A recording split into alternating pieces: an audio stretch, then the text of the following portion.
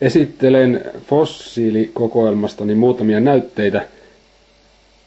Ja ensimmäisenä tässä on Australiasta tuotu kappale, joka on kauttaaltaan pienten fossiilien peitossa. Tässä pinnalla näkyy muinaisen simpukan kuori ja ympärillä on kivettynyttä hiekkaa ja paljon erilaisten pienten simpukoiden kuoren jäännöksiä. Joistakin kohtaa näkee erittäin hyvin, kuinka tämä fossiilin muodostuminen on tapahtunut. Mineraalit ovat vaihtuneet ja muuttuneet tämmöiseksi kivimäiseksi. Jos fossiilia käännetään, tai tätä kappaletta käännetään, niin nähdään hyvin tästä fossiilista irronneen simpukan jälki. Tämä on tavallaan tämmöinen valelma. Tässä on ollut simpukan kuori ja se on jättänyt tommosen jäljen tuohon alla olevaan kiviainekseen. Eli kyseessä on ihan niin kuin tämmöisen tavallisen simpukan jättämä jälki tässä. Kyseessä on kuitenkin 2 miljoonan vuotta sitten eläneen simpukkalajin jäännöksiä, joten voi olla, että tämä laji on kuollut jo sukupuuttoon, joka tässä on ollut esiintynyt, tai se on evoluution kautta muuttunut toiseksi simpukkalajiksi.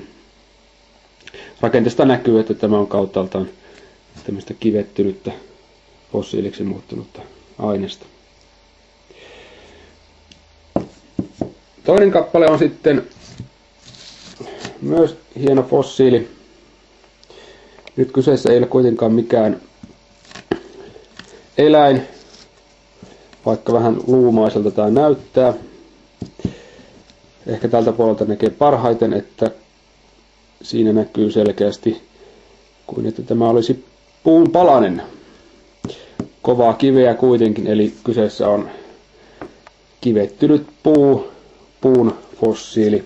Ja tästä näkee erittäin hyvin puun sisärakennetta. Puun solukon rakennetta. Ja tämä tosiaan on tämmöinen kappale puuta, joka on muuttunut fossiiliksi. Tämäkin on Australiasta, tämä kappale.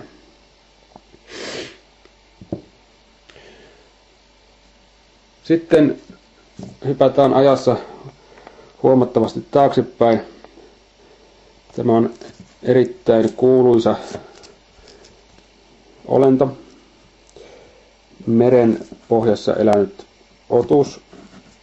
Muistuttaa vähän jonkunlaista äyriäistä, mutta kokonaan nämä eliöt ovat jo kauan aikaa sitten kuolleet sukupuuttoon. Tässä näkyy sen silmä. Ja sitten tämmöinen ruumis, missä on erilaisia jaokkeita. Ja oletettavasti aika kova kuori tällä on ollut myös. Kyseessä on melko kuuluisa otus trilobiitti. Useita satoja miljoonia vuotta sitten trilobiitit olivat hyvin yleisiä lajeja, mutta sitten nämä kuolivat sukupuuttoon kaikki trilobiitit. Viimeisenä on hyvin erikoinen.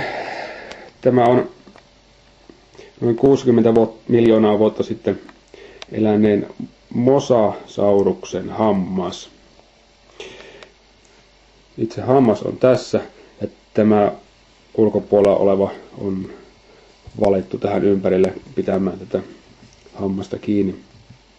Tämä on Marokon Atlas-vuoristosta löydetty ja mosasaurus oli yksi hurjimmista meripedoista, mitä koskaan on elänyt. 15 metriä pitkä. Valtavan suuri kita, hurja peto ja hampaat ovat myös isot.